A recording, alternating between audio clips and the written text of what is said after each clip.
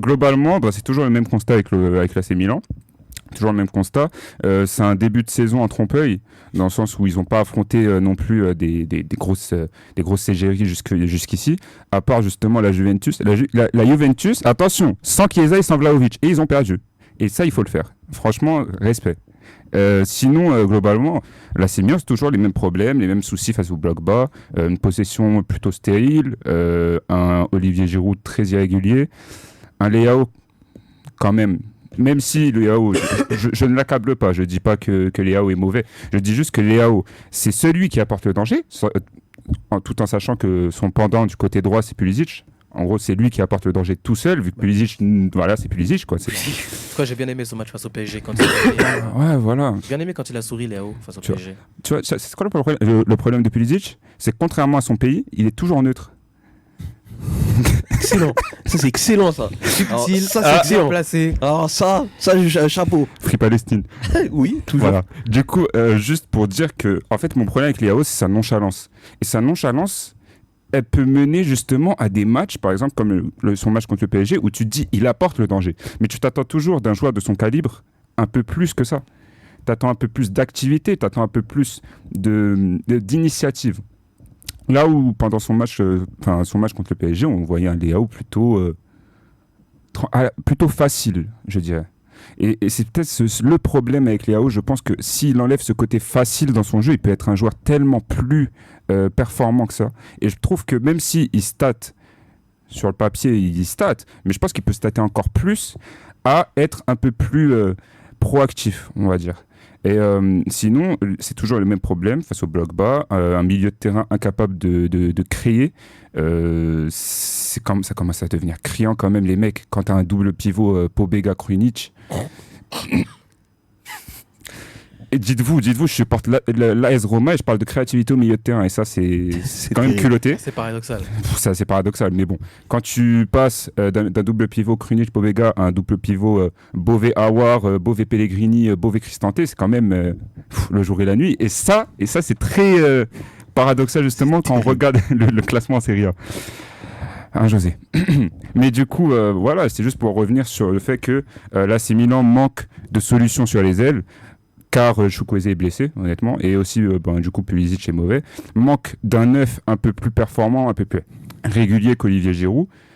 Et ça manque aussi de créativité au milieu de terrain. Maintenant, si on veut parler défensivement, l'AC Milan, ça reste somme toute correct, même s'il y a c'était compliqué. Quelques erreurs, par exemple, surtout la défense avec la charnière Chio-Tomori, je trouve que ça peut... Moi, je trouve qu'il y a quand même quelques soucis, surtout au niveau de Chio. Et sinon, Calabria, mais ça, Calabria, il fallait peut-être ramener Yamin, parce que je suis pas le plus... Voilà, moi, je vais pas me prononcer sur Calabria. Grâce à lui, certains joueurs de l'AS Roma font de bons matchs, et ça, c'est déjà quelque chose. Le capitaine de l'AC Milan, en plus. Non, mais que le capitaine de l'AC Milan soit Calabria après toute la dynastie Maldini, c'est quand même... Tu passes de Maldini à Calabria. Il y a eu quasiment 20 ans, enfin il y a 15 ans tous les deux, donc c'est pas non plus... Après, on tape sur l'AC Milan, donc moi j'aime bien on est juste là pour taper, on n'est pas là pour faire de l'analyse propre. Là, on me demande de faire de l'analyse. Moi, je fais pas d'analyse. Alors, après, pour rebondir sur ce qu'il a dit, moi je trouve que Milan globalement est limité. On nous a vendu beaucoup de paillettes, beaucoup d'artifices pour pas grand chose en ce début de saison, il faut être très honnête. Ça reste quand même un bon mercato au vu de ce qu'il y avait la saison dernière. Oui et non. Oui, parce que pas encore le mercato. Oui, parce que finalement, ça suffit pour la Serie A et c'est peut-être même un peu au-dessus pour la Serie A, mais en Europe, ça ne suffit pas. C'est encore trop limité, je trouve.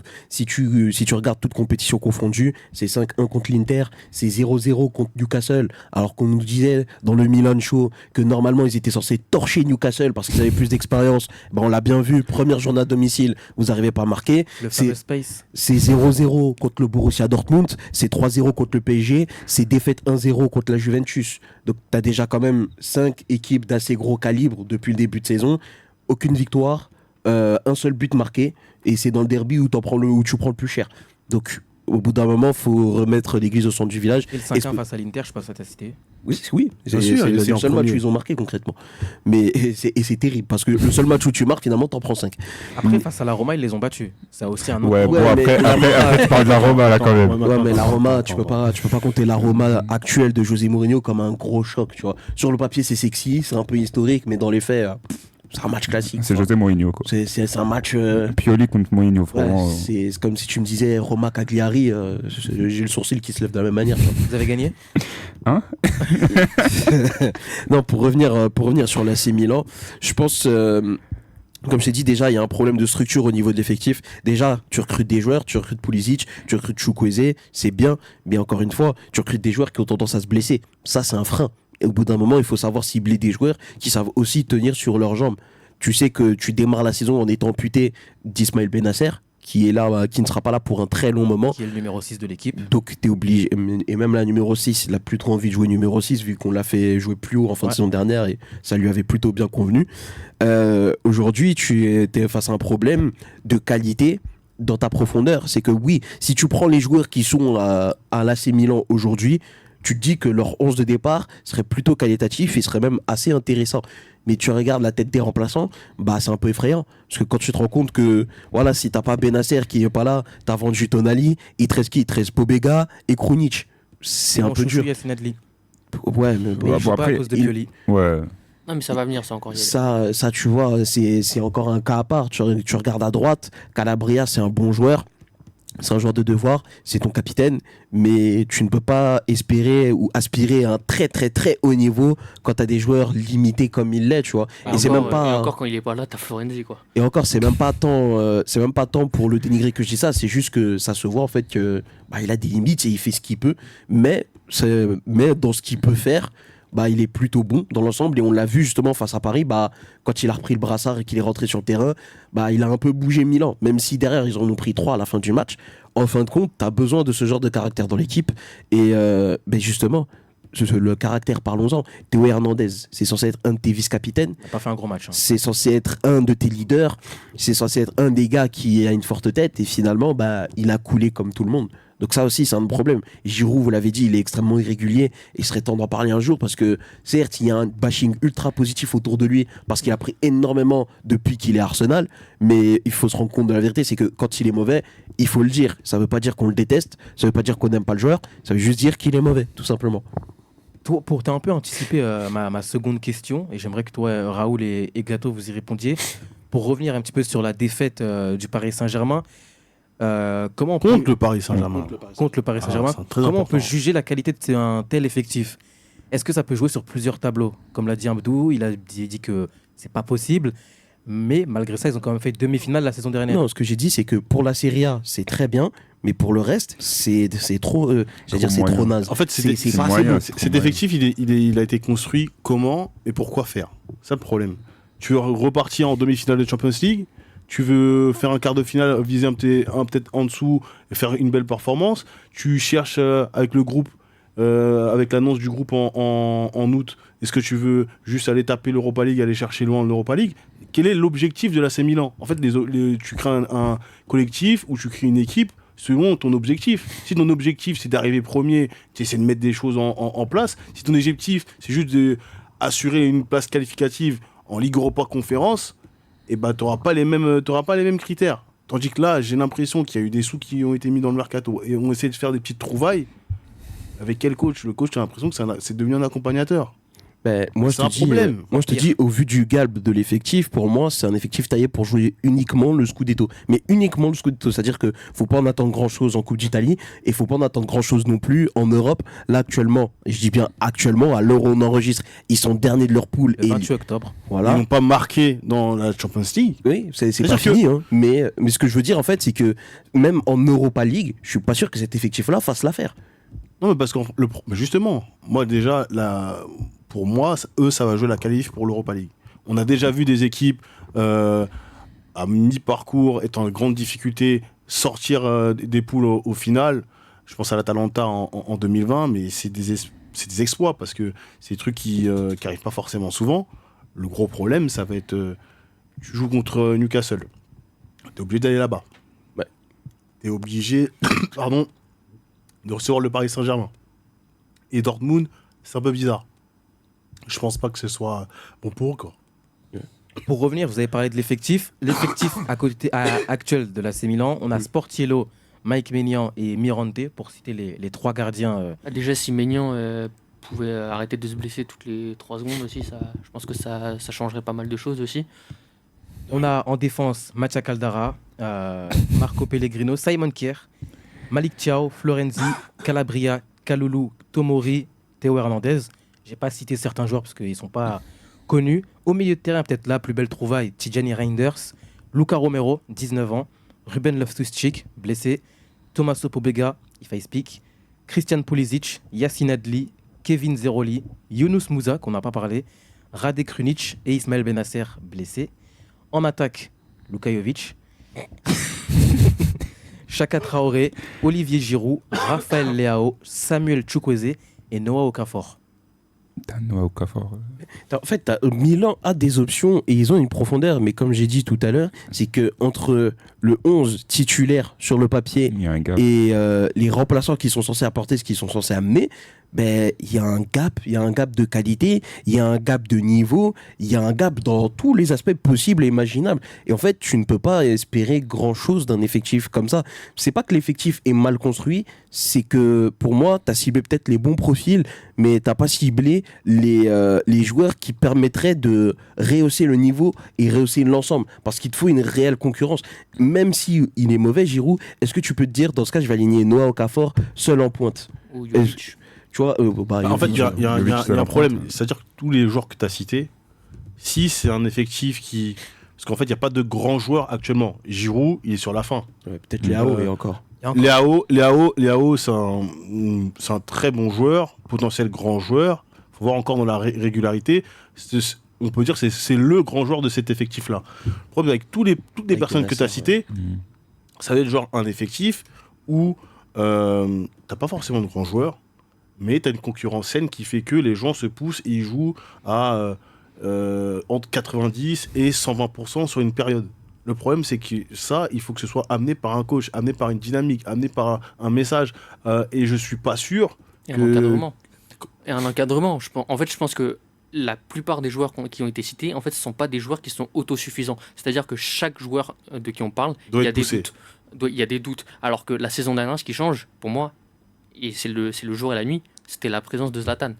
Et d'ailleurs, je crois que c'est une conversation entre Calabria et Pioli qui a fuité, où Calabria justement se plaint du fait que, ça a été évoqué un petit peu plus tôt, que Pioli, il est juste l'accompagnateur en fait, de ce groupe, alors que c'est Zlatan qui montre la voie, qui montre la férocité un peu dans les entraînements, la technique, la discipline.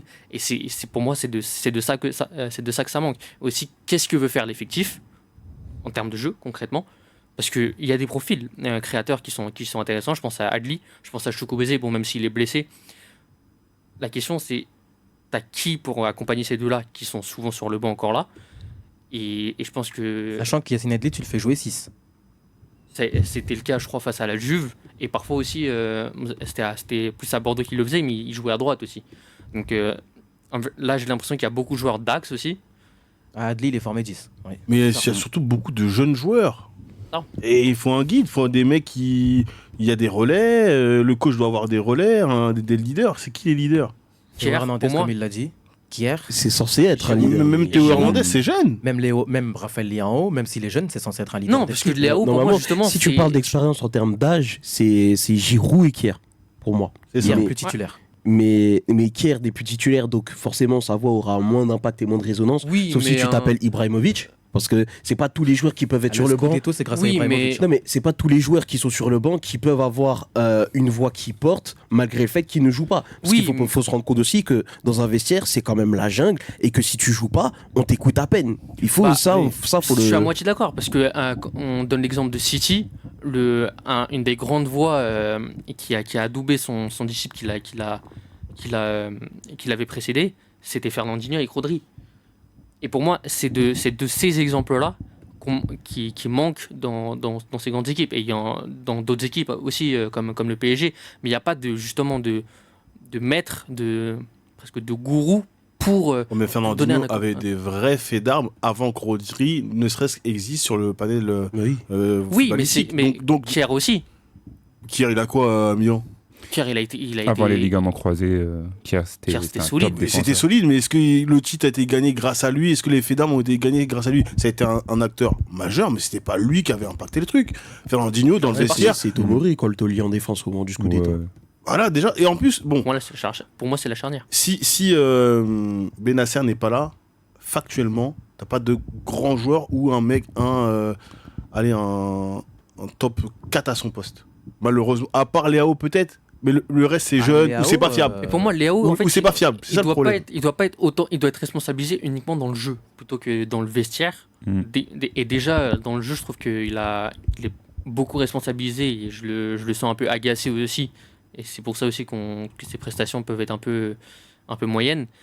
Après, c'est à lui aussi de se mettre au niveau, mais je pense que retrousser les c'est- manches. Parce que le match face au Paris Saint-Germain, tes supporters milanais, tu pètes un plomb. Et c'est Ouais, pas la mais première fois qu'il fait ce genre de Je match. suis complètement d'accord, mais Parce que si on veut le mais comparer comme des joueurs comme Mbappé, bah Mbappé, mais il lui Mbappé, en suffit un des de matchs comme ça, quelques il en a sorti plusieurs. Et pas 2-3 fois seulement. Et on lui a sorti les mêmes reproches. Et je pense qu'une fois qu'il y a eu un effectif un peu plus construit et un peu plus complet et autosuffisant, qu'il s'est mis au niveau en fait. Après- Parce que ça va ensemble. Après, Léao, on peut pas tout lui reprocher non plus parce que un joueur ne peut pas tout faire exactement. seul. Ça n'existe pas. Il y a forcément, soit tu as un environnement qui te permet de briller, soit tu as au moins un autre partenaire avec qui tu t'entends super bien et avec qui tu as une connexion phénoménale. Les joueurs qui débloquent tout seul et qui arrivent à tout faire, porter une équipe tout seul, ça n'existe pas. C'est un mythe. Il y a 11 hommes qui sont de ton côté, parfois 10 si tu es en première ligue, mais il faut être honnête. Même si le danger passe par lui, qu'il est suffisant et tout, il faut regarder aussi ce qu'il y a autour. Est-ce que Giroud lui permet de briller dans le Est-ce que Giroud lui permet de briller? Est-ce que Théo a fait preuve d'initiative pour dédoubler à chaque fois pour qu'il y ait davantage de présence dans le couloir droit? Surtout que tu sais qu'en Gauche. face, couloir droit parisien, je veux dire, parce que tu sais qu'en face, c'est Achraf Hakimi et que défensivement, bah c'est pas l'assurance touriste non plus, tu vois. Donc il y avait un coup à jouer sur ce côté-là, mais t'en as rien fait. Au début, il a mis Achraf Hakimi un peu en difficulté, il a pris un jaune, etc. Et d'un coup, clac. Pourtant, tu as l'avantage du jaune. T'as l'avantage psychologique, ouais. Voilà, mais Achraf a repris dessus. Mais pour moi, c'était Le une milieu de terrain instruction. aussi. Pour Mais- moi, c'était une consigne de Pioli. Ouais, mais après, si ton coach il te donne des consignes qui mais sont on contre est- nature et qui te permettent pas de d'exploiter ton talent, qu'est-ce que tu qu'on dise? Bah, C'est comme c'est là, le problème. Giroud, ça fait un moment qu'il a pas marqué. Mais si le milieu de terrain il fonctionne pas, la défense aussi a des problèmes, bah ça va C'est se ça. ressentir au fur et à mesure. C'est totalement ça. En fait, pour moi, le meilleur joueur de Milan, le joueur le plus fort à son poste, c'est le gardien. Mais il est pas souvent là. C'est pas qu'il est pas souvent C'est là, pas c'est qu'il qu'il est a, pas souvent. il a eu des problèmes l'année dernière, etc. Est-ce que nous aussi, même en tant qu'observateur du football, chroniqueur, etc., on n'est pas floué par demi-finale de Champions League et le Ah, mais titre, non. le titre, le titre, le titre. Justement, moi je me dis que ça c'est un écran de fumée en fait. C'est ça le moi, problème. moi de ce que je vois de l'AC Milan, concrètement, je me dis que c'est un effectif qui peut être très très bon en Serie A et qui sur la durée, je pense vraiment, allez, t'as 13-14 joueurs qui peuvent vraiment faire le taf en Serie A et pourquoi pas aller chercher un Scudetto. J'ai dit Même pourquoi ça, pas. j'y crois pas. C'est pour ça que je dis pourquoi Ouais. pas. Moi, même déjà deuxième, cet AC Milan là, deuxième, Pour moi, c'est le résultat qu'il faut viser.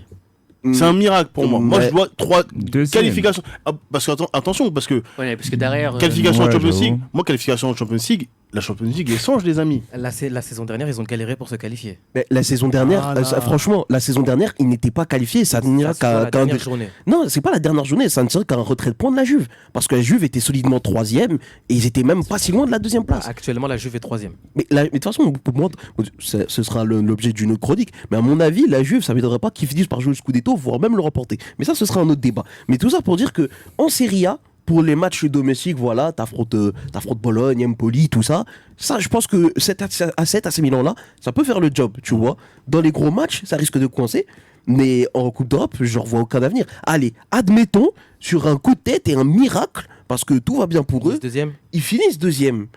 Ils prennent un premier de vraiment un poule. gros Mais comment Impossible. Ils- ils- Mais vraiment non, mais un attends, gros attends. miracle. Mais Impossible. comment ils peuvent finir deuxième déjà? Objectivement, Faudrait qu'il fasse 3 sur 3 là. bah 3 sur 3 avec. C'est qui le prochain adversaire? Il y a un déplacement- C'est il y a un PSG. déplacement à- Voilà. Bon, c'est à San Siro, mais Ah, c'est le PSG quand même. Même tu si vois. c'est à San Siro. Mais il n'y a pas un déplacement à Saint-James Park Si. Si. Il y a San Siro pour le PSG. Saint-James Park. Ensuite non, après c'est San Siro encore pour Dortmund. Ouais. Et c'est des Déplacement, Tu déplacements termines à finales Newcastle. Ouais, à Donc tu Newcastle. termines à Newcastle. En plus, Newcastle a perdu à domicile. Bah, comme quoi, bah, tu peux miser ton histoire Ils vont se dessus. dire non, vas-y, c'est pas normal, on a perdu à domicile alors qu'on a battu l'équipe supposée être la plus dangereuse, le PSG, etc. Moi, je vois pas Milan.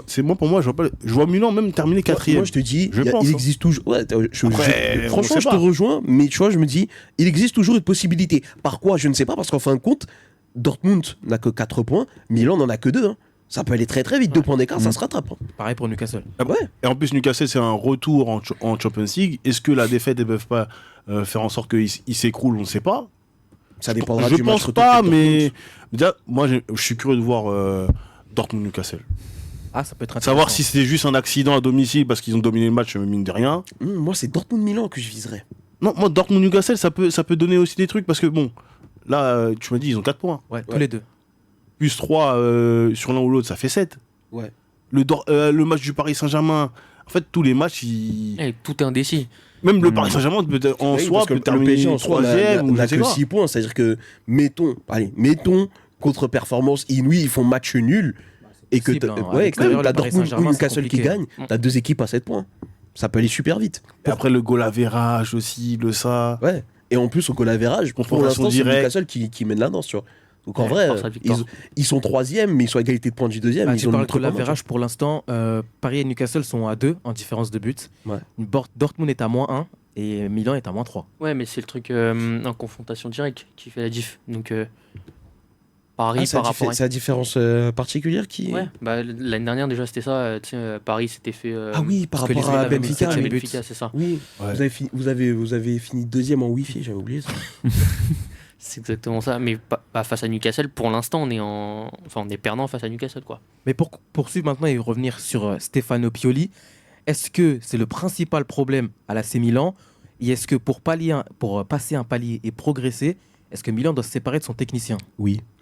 Oui. Parce que simplement, moi je pense qu'en fait, il aurait dû partir après le Scudetto. Allez, à la rigueur, et peut-être tu pousses un peu à la fin de la saison dernière, il aurait dû partir, tu vois.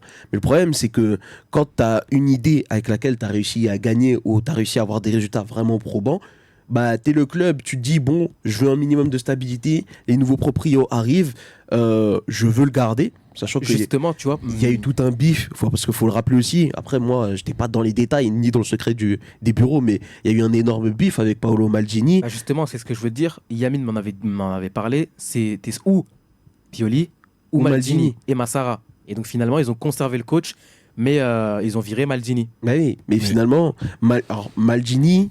Pas une si mauvaise idée de l'avoir C'était pas sur le coup, c'était pas une si mauvaise idée de t'en être séparé, mais en fait, tu te rends compte que c'était les deux qu'il fallait écarter. Après, si tu écartes Stefano Pioli, quel coach tu peux aller chercher, quel coach est disponible? C'est ça aussi la question qu'il faut se poser. Un coach qui sait traiter avec les jeunes, parce que Pioli, visiblement, les gens il arrive oublient pas. que. Il n'arrive pas, non. C'est un Italien en plus. Non, mais c'est pas ça, c'est surtout que même si on va me dire la moyenne d'âge dans les 5 grands championnats, mais historiquement, la Serie A, c'est pas un championnat spécialement fait pour les jeunes de base. Tu vois. Oui. Donc, il faut que tu ailles chercher ce coach-là qui connaît la Serie A à minima ou qui au moins serait capable de s'adapter parfaitement à la Serie A. Qui représente une autorité. Pas forcément l'autorité, même un style paternaliste, ça peut le faire. Mais ça, plus le fait de devoir développer les jeunes et savoir les sublimer, leur donner un axe de progression, plus aussi le fait d'accepter que, étant donné que tu dois miser sur ces jeunes-là, tu auras des résultats irréguliers, tu auras des contre-performances à droite à gauche, parce que ça fait partie du process. Tout ça là, et ce temps-là, cette patience-là nécessaire, il faut que tu ailles chercher un coach qui tape dans tous ces critères-là. Donc, voilà, la question que je pose, c'est... Mais justement, moi je vous pose la question, vous imagineriez qui à la place de la Milan? Moi, il y a une règle qui n'est pas cochée, avec l'entraîneur à laquelle je pense qu'il soit italien et qui connaisse la Pas Serie A. forcément italien, mais... Ah oui, parce Non, que qui connaissent la très Serie vite A. limité si tu veux que l'italien. Moi, je pensais à Graham Potter. Mais à part ça, Trop cher. En Ouais. vrai, dans le profil, Dans le ouais, profil. mais est-ce qu'il a la trempe AC Milan? Je sais pas. C'est pas une question d'être italien, pas italien, c'est non, vraiment... mais de connaître la Serie A et de connaître les fins. C'est un jeu qui est très différent de la PL. Déjà où il n'a pas réussi dans ces conditions-là, enfin à Chelsea, où c'était beaucoup de jeunes, etc. Ah, mais Brighton, c'était bien, Brighton. Oui, Ouais, Mais c'était c'était bien. un contexte Après, faut différent. voir. Peut-être ça dépendra de ce que fera Brighton aussi. Pourquoi pas essayer de saisir l'opportunité de Zerbi. oui. Mais Ça fait un moment ce, qu'ils sont dessus en plus. ce serait peut-être la meilleure Est-ce que c'est le chose championnat possible. pour lui? Tu vois, je parle pour ses qualités à lui. Est-ce que c'est le championnat qui. Bah, Je il dirais, est moi, quand j'ai un même. Il est Ce comme. qu'il a fait à Sassuolo, c'était quand même assez impressionnant. C'était c'est assez vrai. impressionnant. C'est vrai. Mais non, en fait, De Zerbi, je pense pas qu'il ait un championnat par défaut, au contraire de certains joueurs. Mais en fait, c'est ça qu'il te faudrait. Il te faut ce coach-là qui arrive à et développer les jeunes et être suffisamment costaud pour la pression qu'est l'AC Milan. Et en même temps aussi, pouvoir t'apporter un minimum de garantie à un certain palier, donc qualifié en Champions League ou au moins en Europa League, etc. etc. Toi, Moha, est-ce que Milan doit se séparer de Pioli et surtout quand? Bah, en soi, c'était déjà il y a 2 ans. Mais oui, ils doivent se séparer de Pioli, ça c'est clair. Maintenant, honnêtement, c'est vrai qu'il faut que le coach coche tous les critères qu'Abdou a énoncés. Mais le truc, c'est que je ne vois pas de coach qui coche toutes ces cases-là. Et le coach que j'allais proposer dans l'absolu, c'était Vincenzo Italiano de la Fio. Mais c'est vrai que je sais pas si c'est vraiment ce Il qui a la correspond. Mais je pense pas. Hein. Je pense pas qu'il a ce qu'il correspond. Je pense qu'il doit quand même passer à un club un peu plus. Bon, c'était bien la Fio, mais je pense que c'est quand même un peu léger, on va dire, pour l'AC Milan à l'heure actuelle. C'est risqué, mais est-ce que Thiago Motta peut passer? Non, pour moi, à mon avis, il est pas Trop prêt. tôt. Et il commence déjà à faire de C'est belles pas choses à bête, Bologne, mais- mais trop tôt. Mais est-ce que Ouais, c'est. il y a- Est-ce qu'il y aura- Excuse-moi, Raoul, hein, mais il y a un truc qui me gêne en Italie. Comment les gens, ils ont joué à l'Inter, ils vont coacher Milan. C'est ce que j'allais dire. Oh. Pioli, il a coaché l'Inter et puis après, il Ça vient à va. Milan. C'est quoi? Non, mais tu laisses tomber. L'Italie, c'est tranquille, il y a rien. C'est quoi ça? Même moi, j'ai laissé tomber, c'est bon. Et Ah, c'est bon. demain, Mourinho, il va entraîner la Lazio. Tout le monde sait. On sait. C'est Inch'Allah. pas normal. Non, mais en tout cas, moi, c'est un truc qui me gêne un peu. Après, bon, c'est pas mes clubs, moi, ça me concerne pas. Mais je me dis, comment, si t'as autant de critères, en fin de compte, c'est pour aller où? Ole Gunnar Solskjaer. En vrai. En vrai, sur un En malentendu, vrai. ça peut aller chercher une coupe d'Italie. Why not? Why not? Why not? Why not?